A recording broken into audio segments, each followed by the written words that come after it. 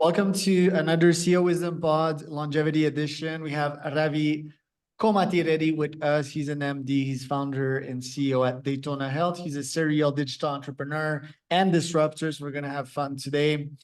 We're going to talk about AI, health, medicine, digital health, and human behavior today, amongst other topics. Longevity for sure, biohacking too. This pod is brought to you by podpire.com. If you want to start or scale your own podcast, go to podpire.com. I can help you monetize the unconventional way. Ravi, welcome to the pod. Tell me a bit more about yourself and what you're up to nowadays. Yeah, Charles, thank you so much for having me. I really appreciate it. So, what I'm up to full time is CEO and founder of this digital health company. We're focused on health, performance, longevity called Daytona Health. So that's what I've been doing now. I have some background training in internal medicine and digital health specifically. So I had a couple of startups behind this one that was in the kind of digital rehabilitation space, the big data AI space. So decided to put some things together. Took a little break afterwards, kind of mash. We never know where these ideas for startups come from, right? We're just like they gnaw at us and they gnaw at us, and then finally we're like, damn it, we just have to do it. So that's what kind of happened while taking that break. I was like, this is the biggest problem in healthcare, and I have to fix this, or I'm going to die trying. So that's what Daytona started from. And tell me your life story. Like, how were you brought up in this world, and how were you brought to where you are Yeah, today? yeah, I was smuggled over to one. I say smuggled. I mean, on a very nice economy seat on a 747 from India, from two typical Asian overachieving, tough tiger Indian parents who were both physicians. Total redneck from the Midwest. Although I went to school on the East Coast and finished up on the West Coast and ended up in startup world on the West Coast. And then we got married and we decided that California is getting a little bit too crazy for us. So we're currently in Austin, Texas. Then you have a bunch of interesting thing in your LinkedIn intro, some career achievements such as being a salmon fisherman in 2020 in Alaska. Like, tell me a bit more about that and these Yeah, other so interesting points there. Yeah, so this led to something that I wanted to pitch this TV show doing this. So this was one idea I had, which is kind of big believer in walking the walk. And what I wanted to do, I still want to do, is spend 2 weeks, like my dream, is to spend like 2 weeks or 3 weeks out of the year doing a different job. Just a job, people are like, hey, I want to defund the police. I'm like, okay, go be a policeman for 3 weeks first, and then see how hard it is, and then you may change your mind, right? So want to go do these jobs that we just never had a chance to do. So like go work construction or go do this crazy thing. So I had an opportunity to spend a month in 2020 to be on a salmon tender on one of the camera boats for the Deadliest Catch. So that was an experience out there. It's probably the only Indian guy in the Bering Sea, in like the 300-mile radius. But it was insanely fun. And the reason I did it is because you just never think about where your food comes from, right? You just go to the grocery store and buy it and you check out and you think that's it. But once I just wanted to see the whole process, like the supply chain of actually where the fish is caught and be part of it to where it gets shipped. It's like, oh my gosh. So I walk past like a packet of fish sticks today in the grocery store and I shudder. I'm like, oh my God, I never want to see a salmon again. But it was a great experience. And so I want to keep doing things like that is if time permits. It's just kind of having these other experiences. It was just a totally random experience. My philosophy in life, which is why my LinkedIn is so weird, is I usually just say yes to things. People are like, hey, you want to go try this? I'm like, yes, let's go do it.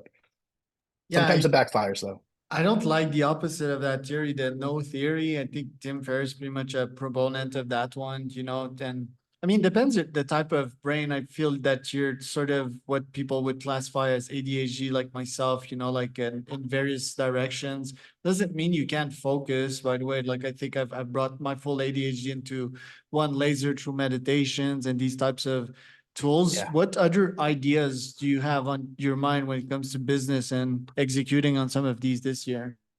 I actually, yeah, I think I have like a notebook where I wake up from dreams and just write things down. And there's some interesting ideas around totally different things. We had to unfortunately put our dog down the other day, and she was like my best friend. So really hard for everyone who's listening who has a dog or a pet, they kind of understand what that's like. And I was just thinking about how many dogs, how much health that dogs bring into most people's lives. We actually underestimate the companionship. It when we're living in a time where there's so much loneliness, yet we're so connected. It's very weird.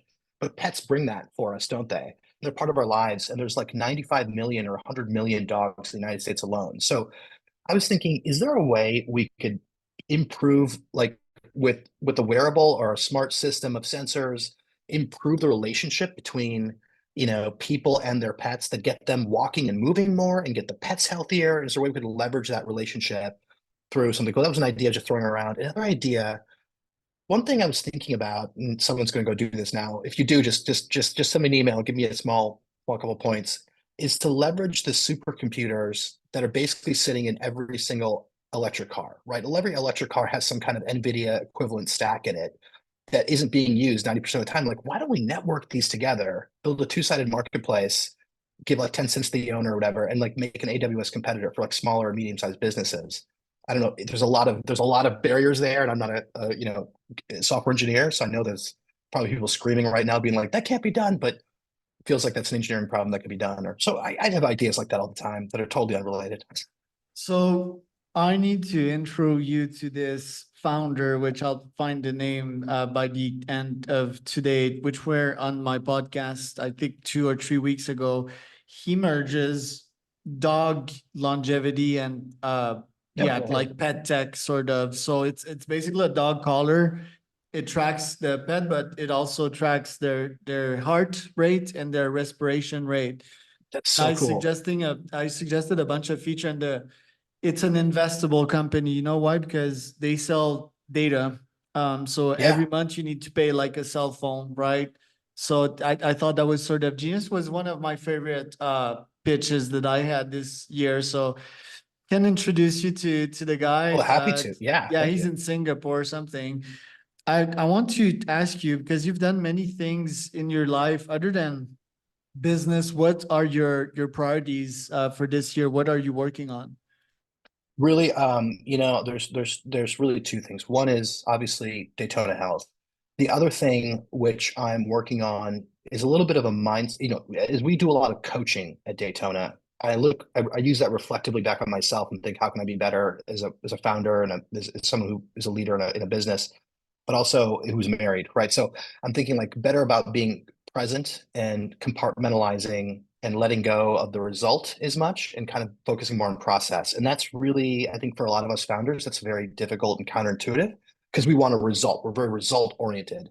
And I think sometimes it's like driving a car on a very fast track. It's like F1. Sometimes they have to let their foot off the gas to get around the corner.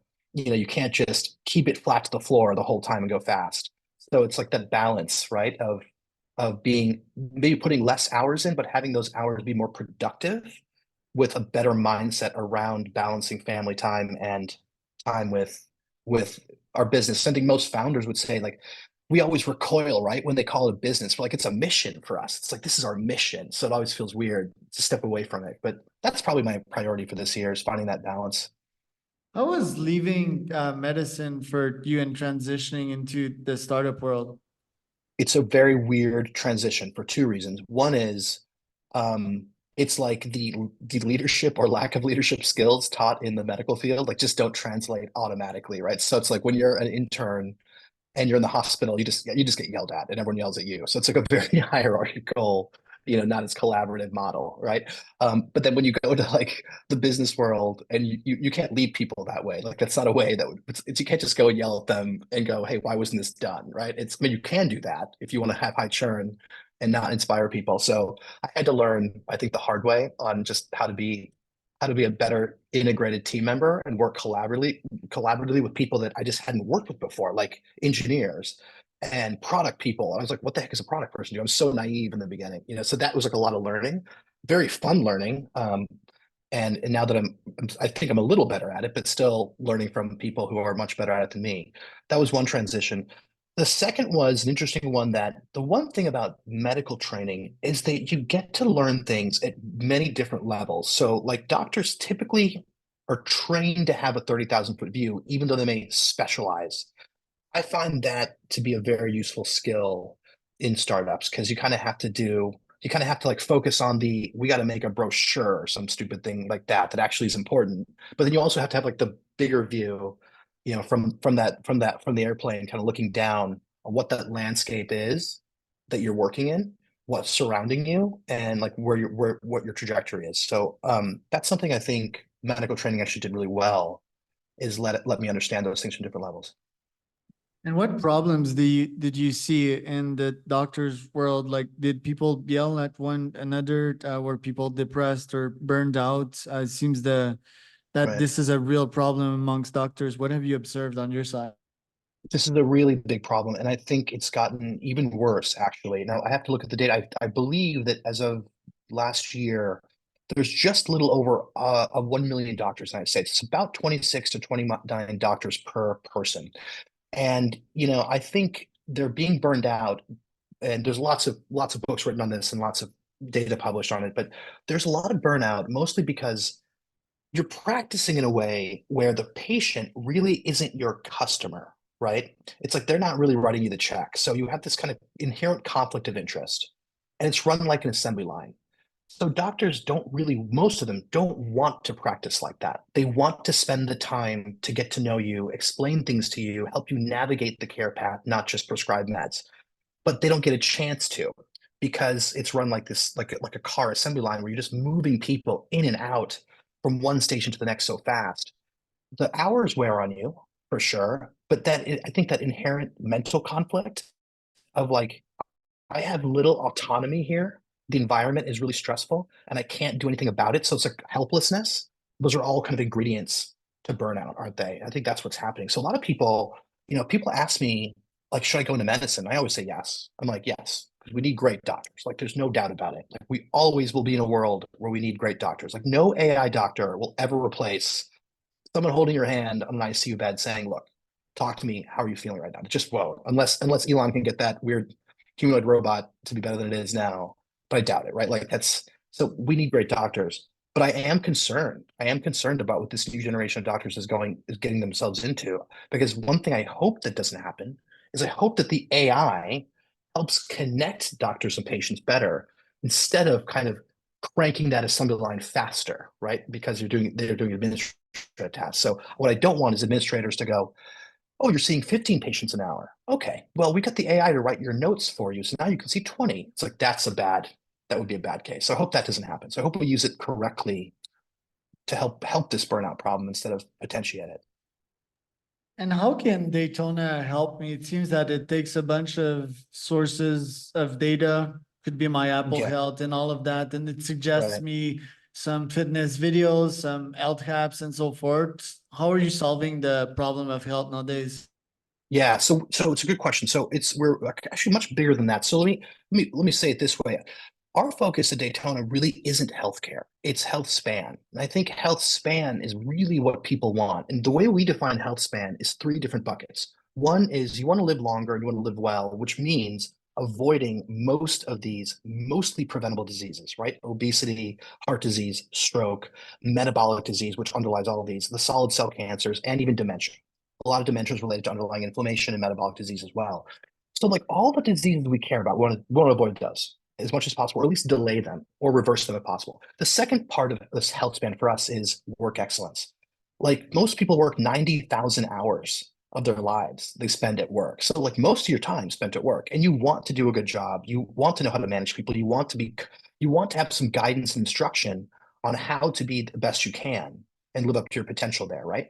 The third thing, which is really hard for people, like it's not something that everyone just automatically knows or gets taught. The third piece is balance and burnout. So how do we balance all that with the stress and our relationships and our social circle and our kids and our spouses and that whole thing? So for us, it's like how do we put together the right team, tools, techniques to do that?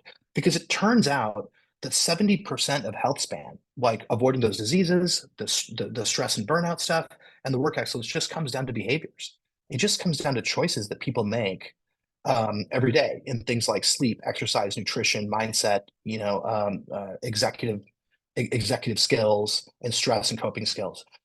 But health, it's just people don't know exactly how to do this because it's just hard. So when we looked at why it was so hard, like if people know this is true, like we all know this is true, and the other 30%, I would say, does depend on genetics and genomics, medications, supplements, and other things, right? And sometimes luck. But most of it's lifestyle. So when we know this and we live in a world that's full of gadgets and AI and access to information, why is it so hard? We came up with three reasons, and I'm curious to see what you think of these. The first one is I think people are sick of these individual disease verticals because we think of them as different diseases, but they're all related to underlying metabolic disease and inflammation. So when you coach or help with improving that sleep, exercise, nutrition, just those three alone, right, or the relationships, you'll start helping a range of diseases that we think are different, like diabetes and heart attack, but are actually related, and even solid cell cancers. So it's like almost like the real magic pill is lifestyle, isn't it? So we know that it's like we want this a root cause approach. We want to take a root cause approach. The second one, the problem is there's just so many options out there. I mean, how many Andrew Huberman podcasts are you going to listen to for how many hours? How many apps are on the App Store for health? You know, there's 1,500 wearables, so much advice, so many nutrition plans. It's hard for an average busy person to figure out and sort the signal from the noise there, right? It's like they need someone to just simplify it. This is what's going to work for you. We've already figured it out. Just do the steps. The third thing is, I think this is a big one, people aren't robots. So there is 5% of people, you and I probably know them, where you just tell them what to do. You give them Brian Johnson's plan and they'll just follow it to the letter every day and they'll do it and they'll get the result.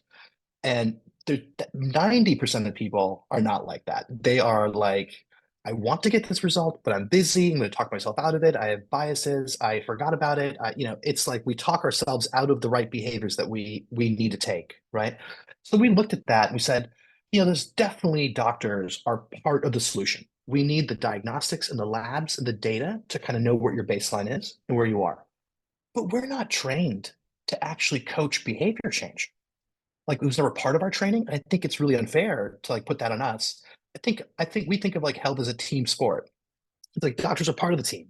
The rest of the team, like personal trainers, dietitians, health coaches, executive coaches, life coaches, sitting in this silo over here, and the doctors are sitting in this silo over here. So it's like healthcare and traditional medical care, and then there's all this like wellness stuff. And we thought, can't we put this together in a way that's super personalized, that's run off data based on wearables and diagnostics? So that's what we do. So Daytona, it's like the ultimate combination of the precision medicine piece, which is all the diagnostics and the data and the labs and the scans, combined with now that you have that information, now we're going to hand you over to our coaching team who's going to get to know you so well. They're going to like emotionally blackmail you to make those changes in your life using a multimodal set of coaches, all fed by data from wearables, continuous glucose monitors, all that stuff. So it's this great marriage that I think has been like it's like a couple that's wanted to get married for a long time, right? And I thought, let's just put it together. So kind of that's what essentially we do. So when you come into our system, you get the medical piece, but really most of your time is spent with the coaching piece because most of those healthcare decisions in lifestyle aren't done in front of a clinic or in front of a doctor's office. They're done where you spend most of your time, which is at home and at work. There's 525,600 minutes in a year. How many of those minutes do you spend in front of a doctor every year? 200 at most, if you're lucky. So like we got to get to you where you're making those lifestyle decisions, which is at home and at work. And that's what our coaching team does. Does that make sense? Two things, yes. All of that makes sense. Just that the coaching part is incredibly hard. I can't picture a coach to coach someone online at a normal person, right? Like you said, 90, that it's probably more around 99% that are not fit for change. Even high performance people at some point, they just get in their comfort zone and they stagnate if they don't go goggins on themselves almost daily. Yeah, Which that's is true. why this guy is a genius over modern Anomaly. time. Like not much brain, but a lot of deep prehistoric wisdom that has been forgotten to impose pain on yourself. Anyway, Yeah. so my first thought was we need AI in that equation, and we probably need like a real bot, to be there for Right. people and accompany them. I mean, the real bot's not realistic because that'll take time. But yeah, just a beta of that is probably Hey Pi, or OpenAI or Gemini if you use them as a coach, like they're there always with you. All you need to open it is a Google tab and ask them their questions, any questions that you have. Tell them how you feel on a Yeah. daily basis and get a potential response. But even that is tough to teach people that are not tech savvy. Me, I'm gonna throw like a spice in there. My crusade nowadays is foundership and entrepreneurship. Why? Because it all starts with school. School, you outsource your destiny, right? You have a teacher that tells you what to do. This is what you need to learn. This is what you need to follow the conventions. And what's the best evolution to school? It's a 9 to 5, which is 99% of the population. That every day they show up at work and they're told what to do. So they outsource their full destiny. Then they outsource their health to a doctor, right? Oh, doctor's gonna fix me. So I think work-wise, it's important because we spend a third of our day sleeping, we spend a third of our day working, and then most of our energy is spent on work. And then the last half is like personal stuff, right? So if I can change people's mentality in the 9 to 5 world, convert them into entrepreneur, in my opinion, when you become an entrepreneur is when you really start to take care of yourself, optimizing every facets of yourself so that you can make good cash, you can make a living, you can be successful. So I take that crusade first, I think. But what do you think about AI and that crusade to eventually fix the health problem? Yeah, I think I like the idea of that, right? So like you got to kind of create, it's like there's longevity. When we think about longevity, we think about our bodies and like living a long time, but really the founders, what we're really doing is a longevity play. Like a startup is you can be your own startup in some sense, can't you? And longevity is important because a lot of people who are serial founders, I'll tell you, it's like you just need enough runway to have enough shots on goal to figure out product market fit and who your customer is. And it's like you just don't want to run out of cash. Like the game is like don't run out of cash until you figure that out. And once you get that exponential curve, it's like you're like, whew, right? It's like a AOL, right? They're like, yeah, we were the 10-year overnight success, right? And it's like we just had to find the customer. It's like Pixar, another great example, right? It's like we couldn't sell the damn computer because we couldn't explain to people, they couldn't understand what it did. So we just had to make the damn movie to show what it did. Like, and then, oh, we should just start making more movies. That's like really what we should do with the box, not sell the box, sell the product of the box. I agree completely. I think AI, so I think there's two ways we're building our AI model. And I'll talk specifically about how LLMs come into this too. So one is, there's a variety of these different behavior change techniques. So to your point about people not being ready to change, I'll make one observation especially after COVID, people are sick and tired of being sick and tired, Charles. They want guidance. And I think that fraction of people is not 1%. It is actually the majority. Most patients don't want to be on meds for the rest of their life. We've had patients who are like, I don't want Ozempic, or I want it, but it's like it should be a second tier thing on top of a firm base pyramid of lifestyle change. So I think that culturally is shifting. I think people are wanting to go make those changes. They just want to they don't know what to do, and they want to be nudged and kind of kept motivated and accountable. The way you do that with everyone is a little bit different. We have some people who are very competitive. We have some people who are very collaborative. We have some people who look on paper, have the very same resume, but the personalities are so different. One way we're leveraging AI is to figure out kind of given a certain set of inputs on you, your psychology, other data points, etc, what behavior change techniques work on you? And this is something that like human coaches know really well. Like we expect this from our sports coaches, don't we? So for example, Phil Jackson is bringing the best out of Dennis Rodman and somehow bringing the best out of Michael Jordan. Like, how's that working? They're two totally different people, but he's able to like apply different techniques to them to do it. So I think that's a great example. So one thing we can do is kind of what we call make health behavior computable. We're taking the data from our human coaches and kind of transferring it into an AI model, into a graph, like we call it the Daytona behavior graph.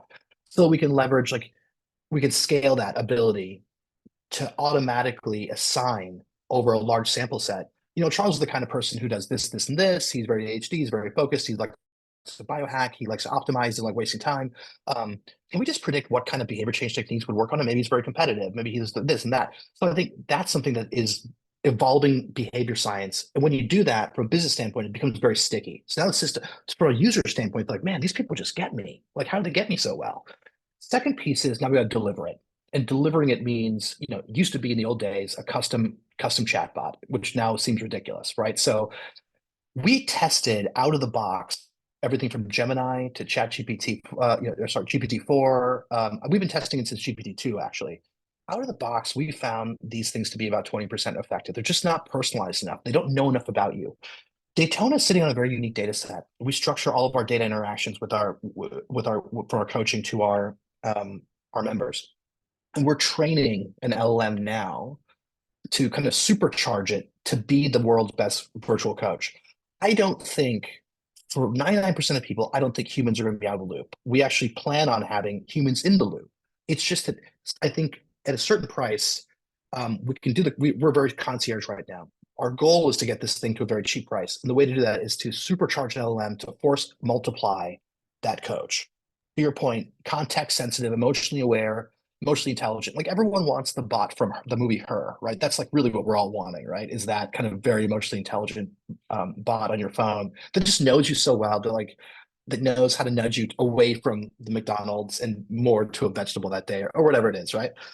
So it's like they just know what to say, when to say it. Like we're trying to create that. So that's how the two ways we're leveraging AI. I think that's how it really comes into the coaching world. So it's like most of these interactions are from the coaches. The coaching works. We've got great results, but how many coaches can there be in the world? We want to get this to 100 million people. We're going to have to use a very, very specifically trained LLM with coaching data and personality and behavior data. So that's what our mission is, and that's a big mission, but it's the future. So when you know what the future is, I say just start walking toward it, right? Love it, dude. Love the moonshot. Where can people find out more about you? Well, you can find me on Twitter, obviously, at Komatireddy, and you can email me directly. It's Ravi at Daytona.health. So, and then our website's www.daytona.health.